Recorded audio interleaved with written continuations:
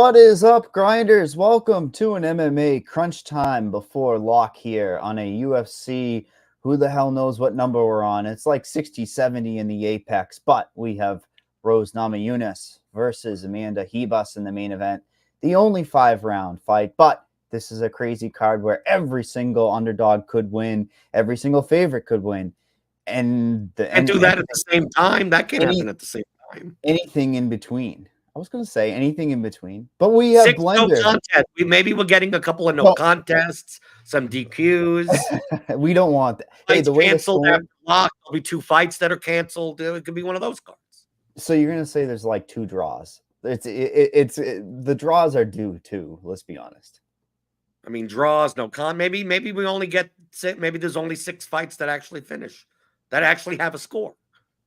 It's anything's possible on this card, top to bottom. Sloppy heavyweight, sloppy women's MMA, favored women's coming in to the UFC. But Blender, your overall thoughts? I can't wait to hear it because we got 13 fights of goodness. We're gearing up towards the UFC 300, but I would say this is like a low-level card, a lot of upside, and man, I don't know.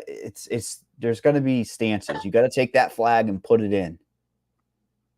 You got to put it in, not just the tip. You got to put it all the way in. Full stance. I said on Friday's show with John with Squirrel Patrol. This may be a low scoring card. Finishes may be at a premium. Okay. I think it's very important to find the finishes if they happen, because it's quite possible. I know in the expert survey, Squirrel Patrol said he predicts, his hot take was no fighter scores more than 100 points. Like no fighter, literally no fighter scores more than 100 points. So to me, that makes it more important that if a fighter scores 110, you may need them no matter what the price is, just to make the optimal lineup.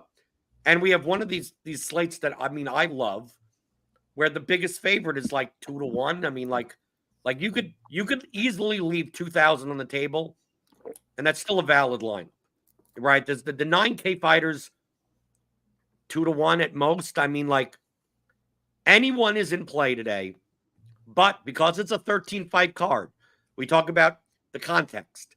I used to do on Friday, the context of the slate. How many fights? What are the spreads? Okay, so when the spreads are narrow, that means you don't have to spend all of your salary, right? The amount of combinations that are available goes up. And on larger cards, win equity goes down. So let's say if the card was 20 fights, so like 6, there's going to be 6 finishes that scored pretty decently, so find them. So that's why my overall standpoint is that I'm playing 100 lineups today in large field. I'm playing cash lineup. I'm playing a single entry lineup, but I'm overweight on finishers. I'm overweight on the fights that are much more likely to finish, and the fighters that are much more likely to finish. So, for instance, Edmund Shabazian, Ricardo Ramos, Fernando Padilla, in the high end. Then you got like Julian Erosa and Tafa and Severino and guys like down there, Kurt Holobaugh. Like I'm looking for how can I find the finishes, and I'm prioritizing those over the guys that are much more likely to win either a late finish or a decision and only score 85 points. It's funny you say that because it's a Billy Q slate, right? Billy Q, what does he do? He scores you points in bunches. People love him. The public loves getting behind him. And I agree. This is a slate where finish equity means a lot. There's a lot of these, like those ones that you mentioned in the higher range are like 130, plus 130, plus 140s inside the distance. Not the worst in the world.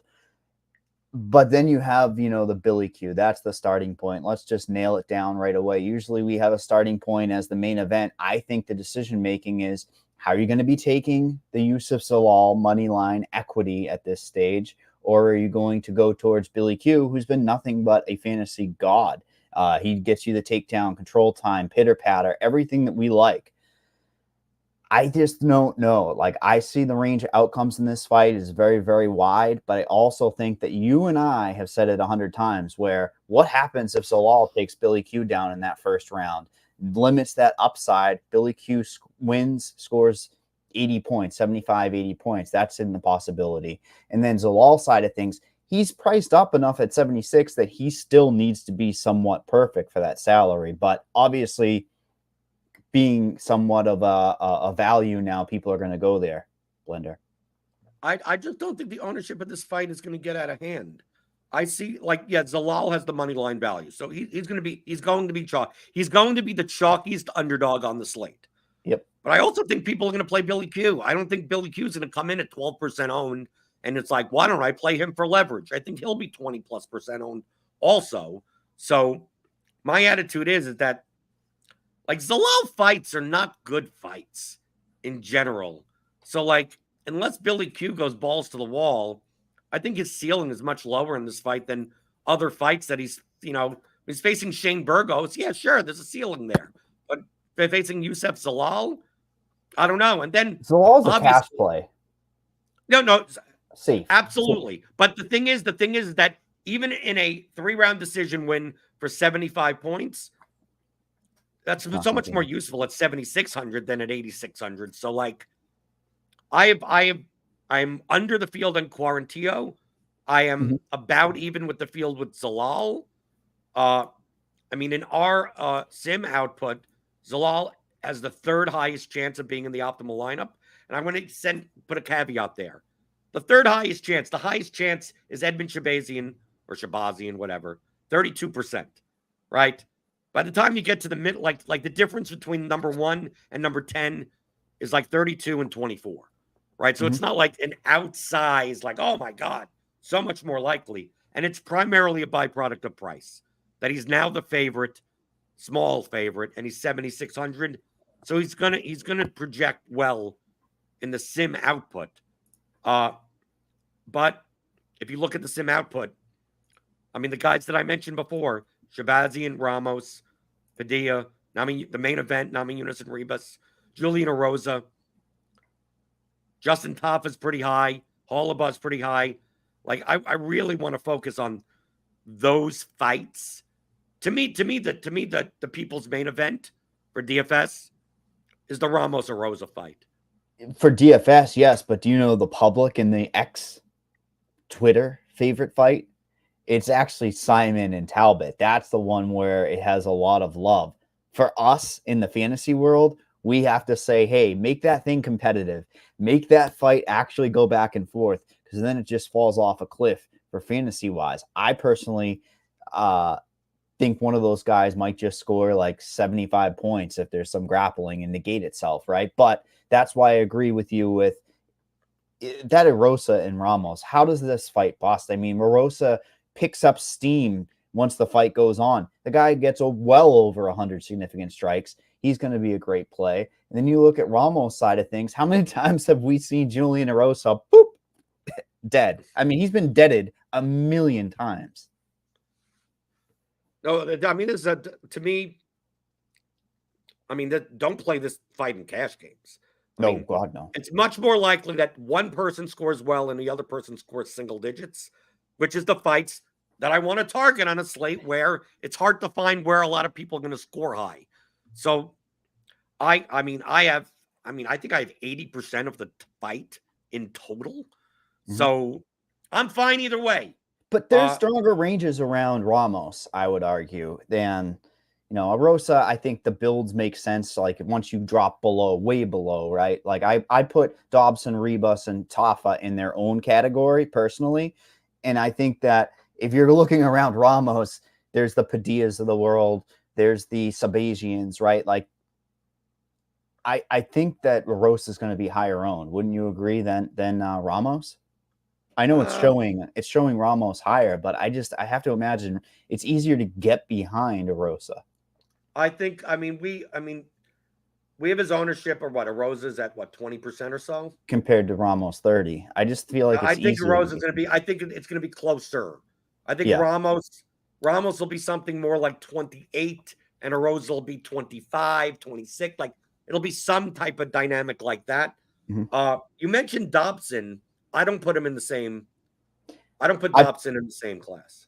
I'll tell you why. I mean, it's against Edmund Sebastian. What's his kryptonite? It's the takedown. He's giving you the control time. He can get cooked. He's got the paths for Dobson are a lot more wider. It can be a 30-25 type of dominance. I think even a winning 2 rounds can get him there and pay it off. Oh, come on, Blender. But I will say I think it's a good fight to target regardless. Sebastian comes out hot in the first round, and his first round equity is always going to be a great thing.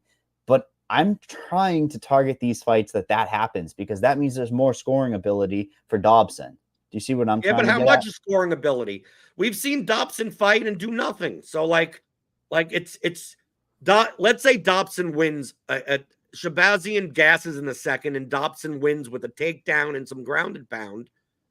What is he scoring? 82 points? I mean, it's like So unless you're Dobson really I just don't see Dobson dominating and finishing Shabazian in a way where it's not in the third round and it's not after getting beat.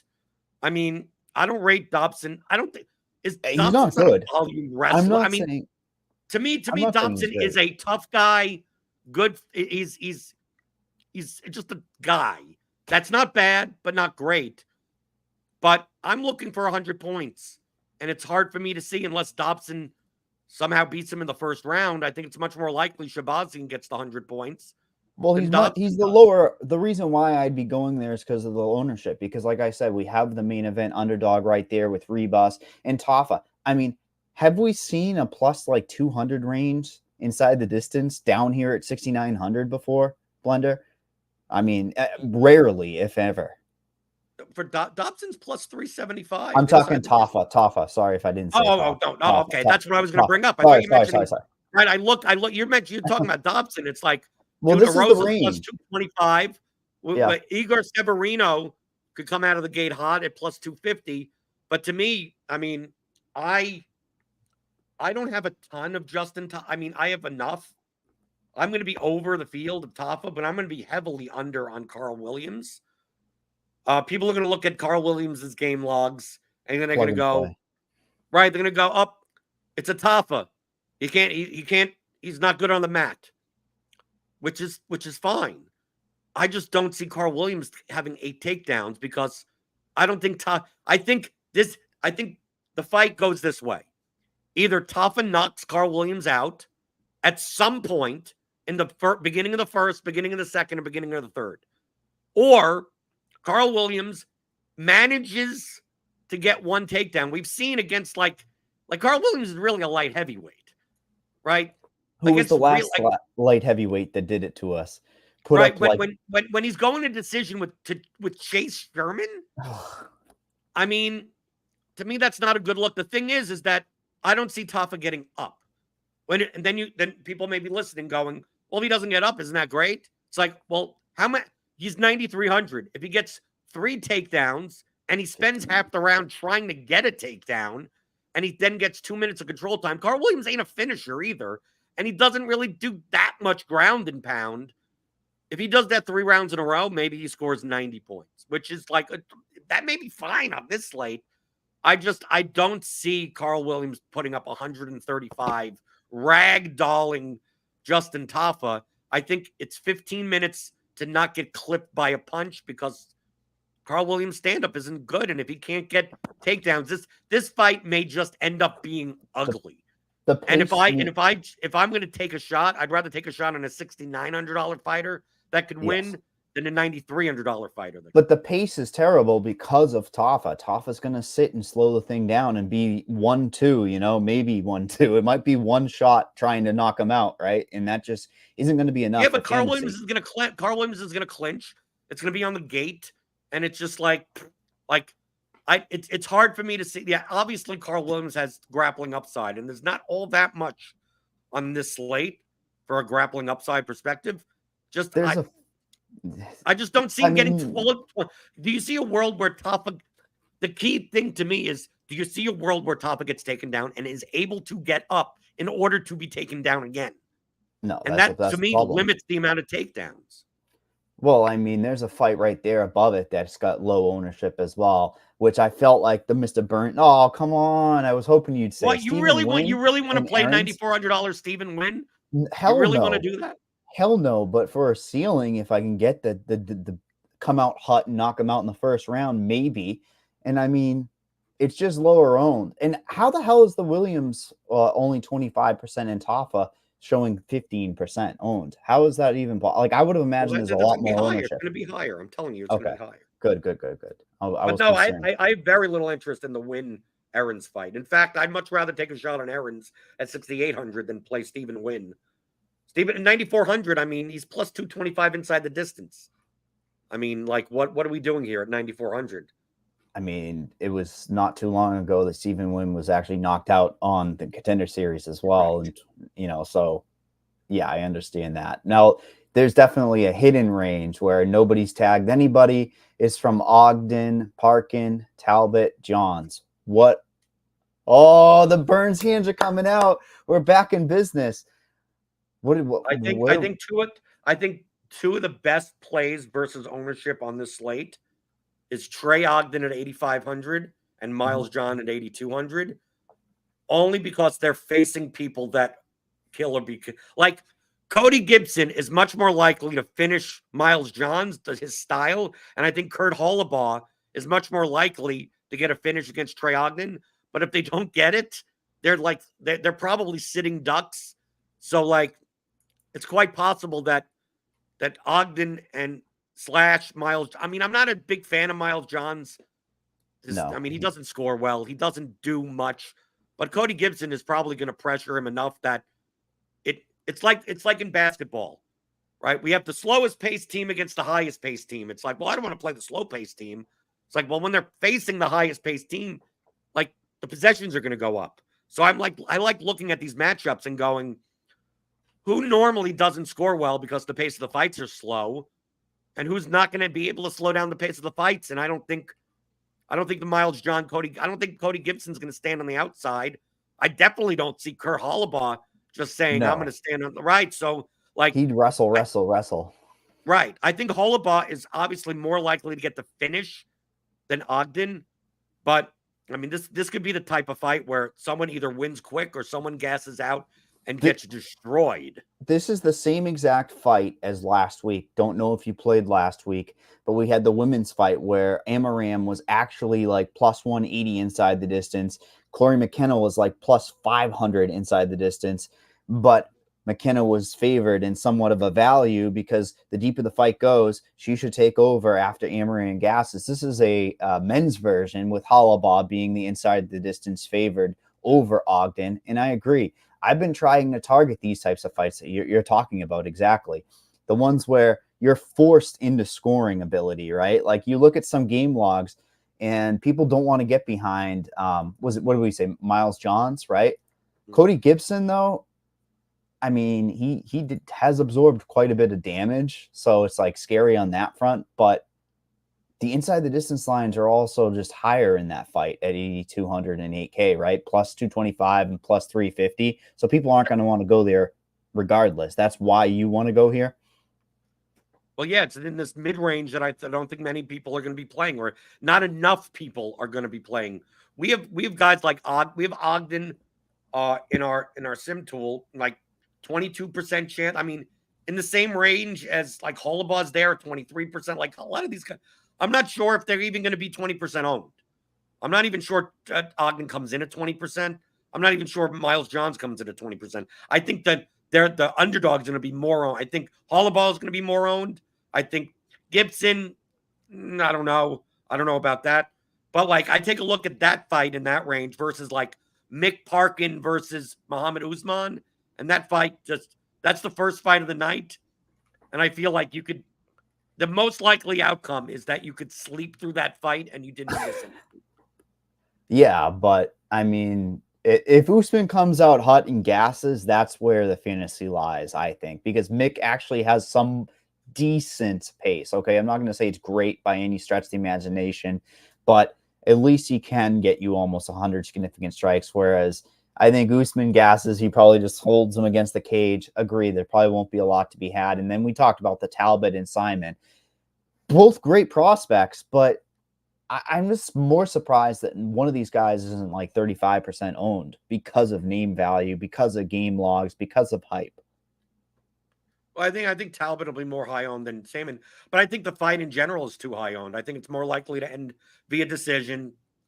If anyone gets a finish, it's probably Talbot, because Simon defensively isn't all that great.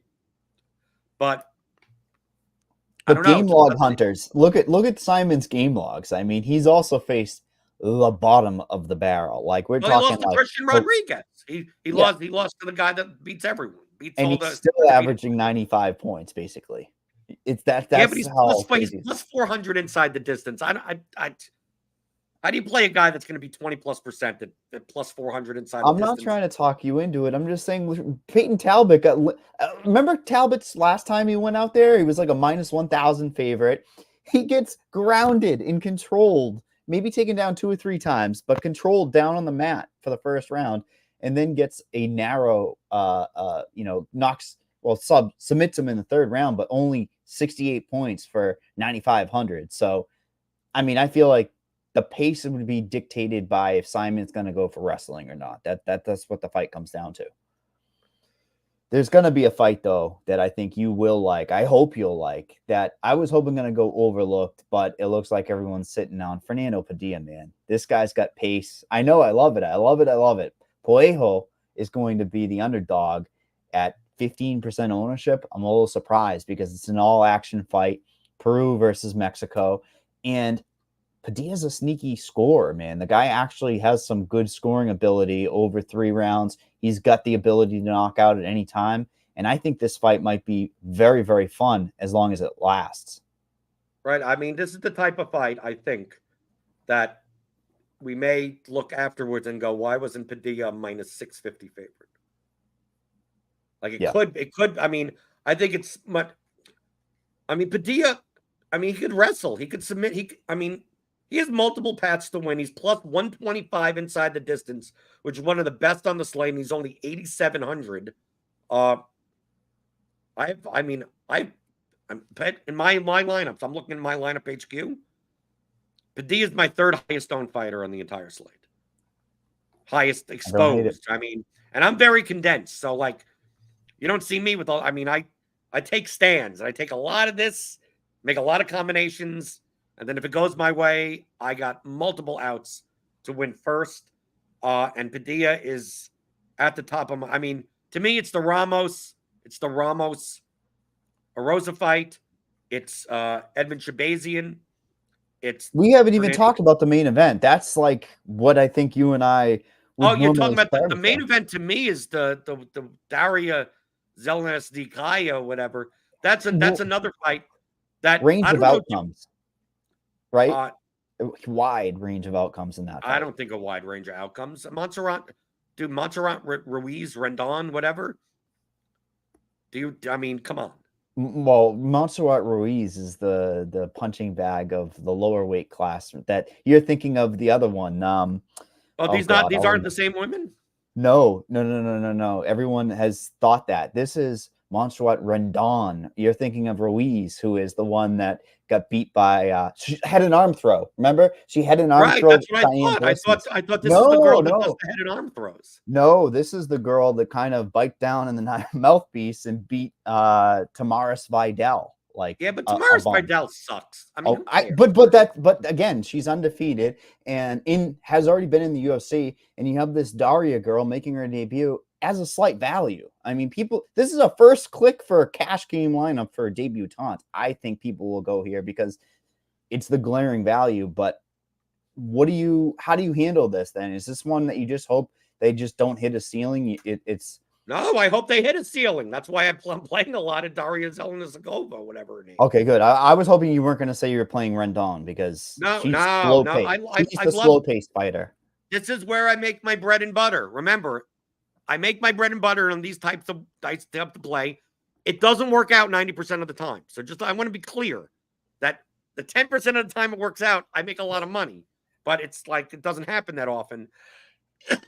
These are the cards and these are the fights where it's quite possible. I'd take a look at Padilla in the same way. Lima to some extent, maybe, but definitely. I mean, we may look afterwards and said, why wasn't Daria Zelenizakova a minus 800 favorite? Mm-hmm. I look for these opportunities against, yeah, she's a newcomer, but Montserrat Rendon is not a, it's not a good fighter. She's not a UFC Now, level caliber. Let's put it that no. way. So I want to take advantage of these spots before her next fight.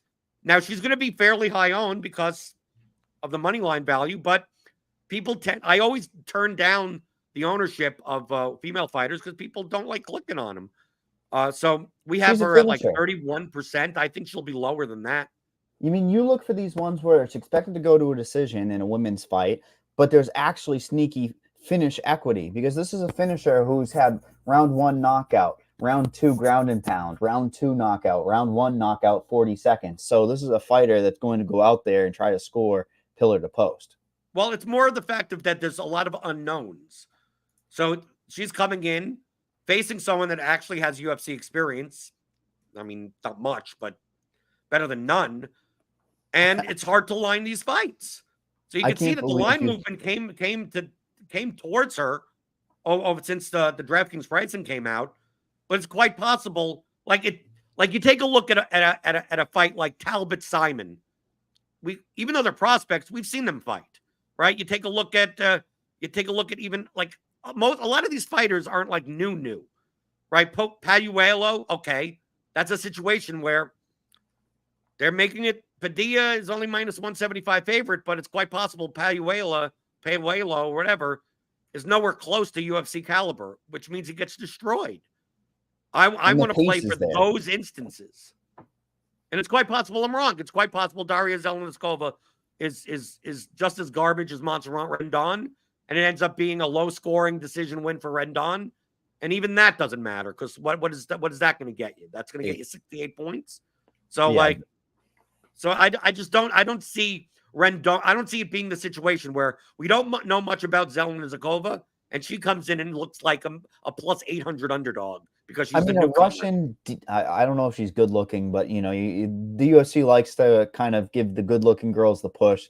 She's a favorite for a reason. Does she have an OnlyFans? Some people say that if you have an OnlyFans, it should knock you down. I know. I don't. There's no OnlyFans narratives on this slate, but there's a flyweight fight. Long term, I love targeting the flyweight fights. You talked about it there with the Igor Severino and the Lima.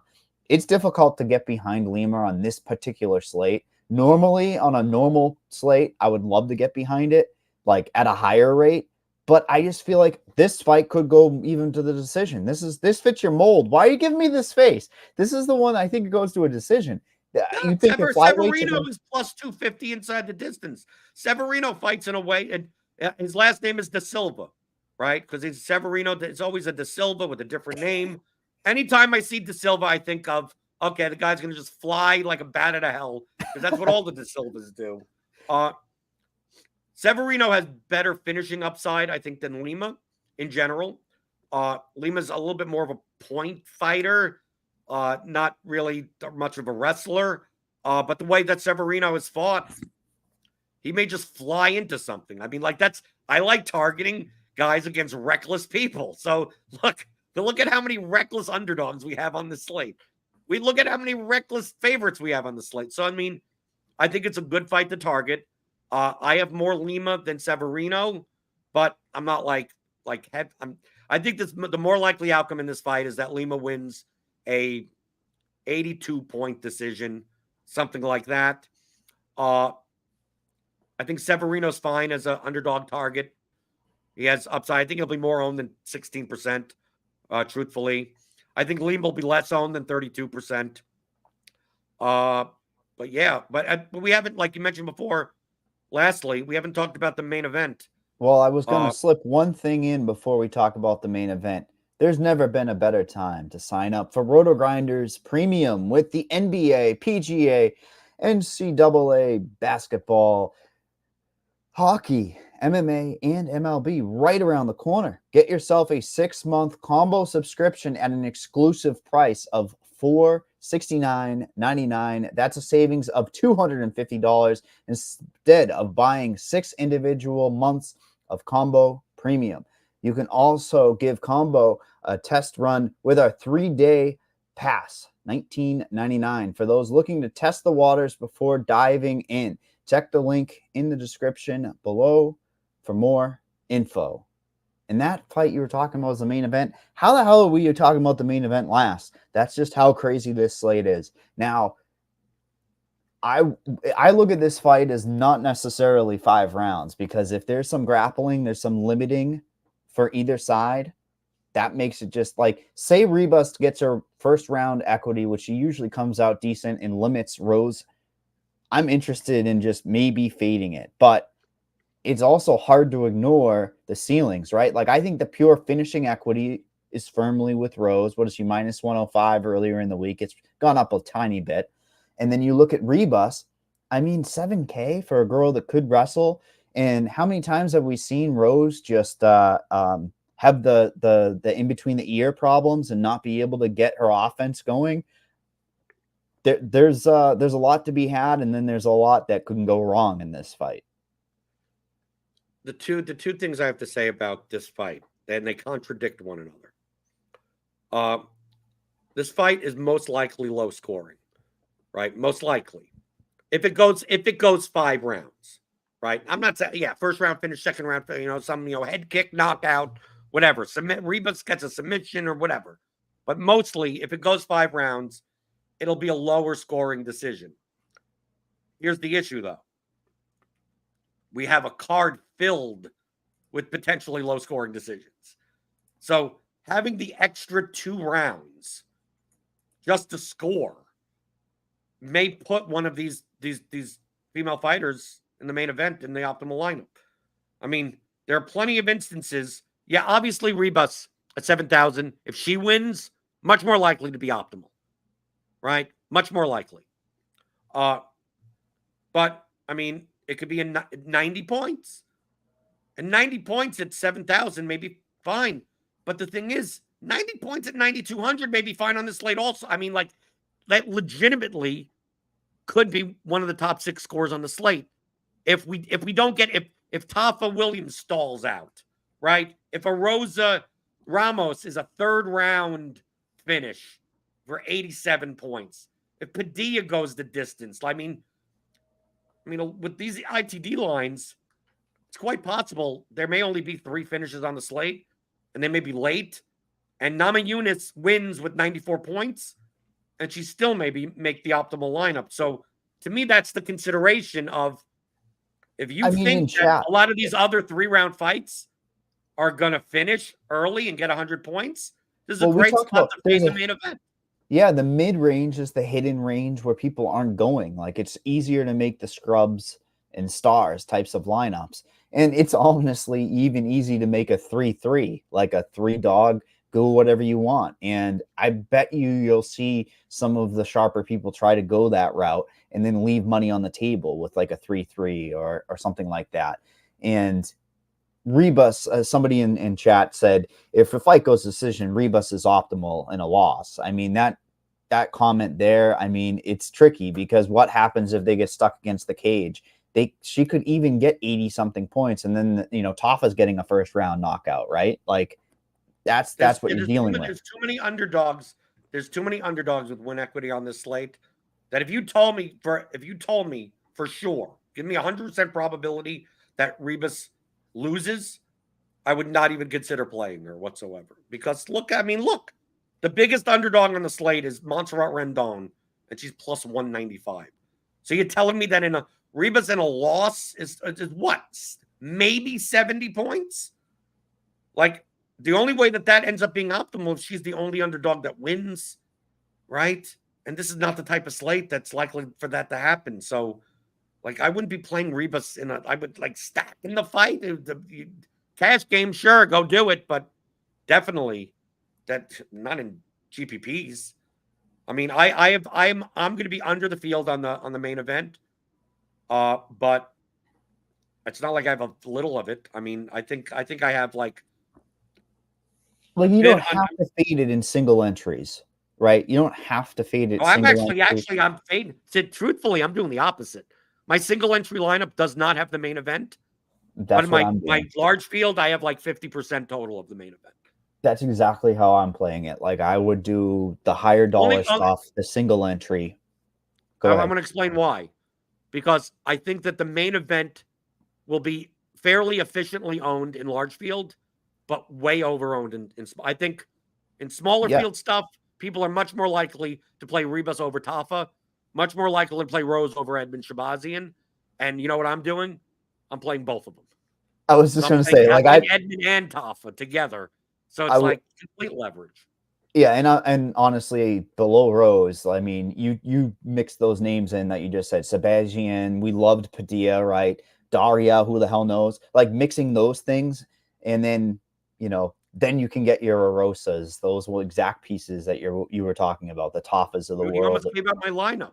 Oh Don't shit! Sorry. Don't dupe me, bro. Not duping you. But I found heard TJ. I heard TJ, by the way, before the show. TJ, are you playing a lineup that leaves like 1,800 on the table? 22. 22. And that's your only lineup that you're playing. I realized that in that lineup, I could upgrade Ribas to Namajunas, and then in another one, I could upgrade Arosa to Ramos. So I switched it to 3. The main lineup has 2,200 on the table, and then the other 2 have their expensive opponents in there. 2,200. Can I try to guess that lineup? 2,200 on the table. I have some lineups that leave 1,000 on the table. So you have a lineup with Ribas that leaves 2,200 on the table. Yeah. Are you also playing Tafa? Yep. Yeah, that was I knew you would. Let me try to figure this out. I can't move my. Why can't I move this? Okay. I say that every day, but that's how you gonna say don't dupe me, and then you're gonna try and figure out my lineup on the live stream? Well, because you're leaving 2,200 at table. Not less people are gonna try to dupe you. Are you playing Shabazian? Yeah. Okay. Yeah, you're leaving a lot. I mean, it's probably not that bad of a. Are you playing Zalal in this lineup? Mm-hmm. Nope. Oh, no, you're not playing Zalal. Are you playing a Rosa? Yep. Okay, now I can see why. Okay.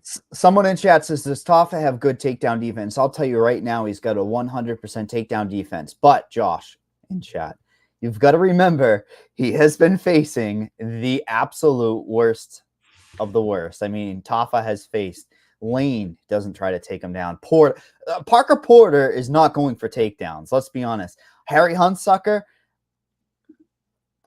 Blender, what is there to say? Harry Hunsucker is not going in there. Jared Vandera isn't going in to go take you down either. Maybe he'll try to. But the small sample size stats are so. When people talk about that, remember, the current Chris Curtis, whatever, is so great. Yeah, because he faced Vieira and stuffed 22 takedowns.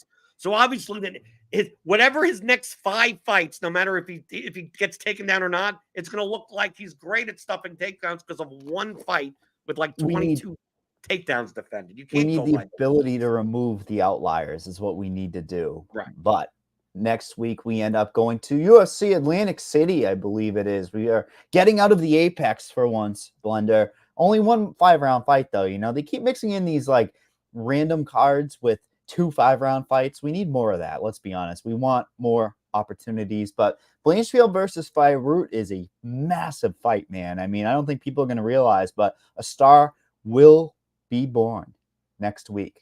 Final takeaway, Blender, before we're out of here. Find the finishes. Find the finishes, and you'll be good. You'll be good to go. A star will be born. Yes, that's right. Next week there will be a star born, but make sure you follow us all on Twitter and check us out next week on our live stream. We will see you guys.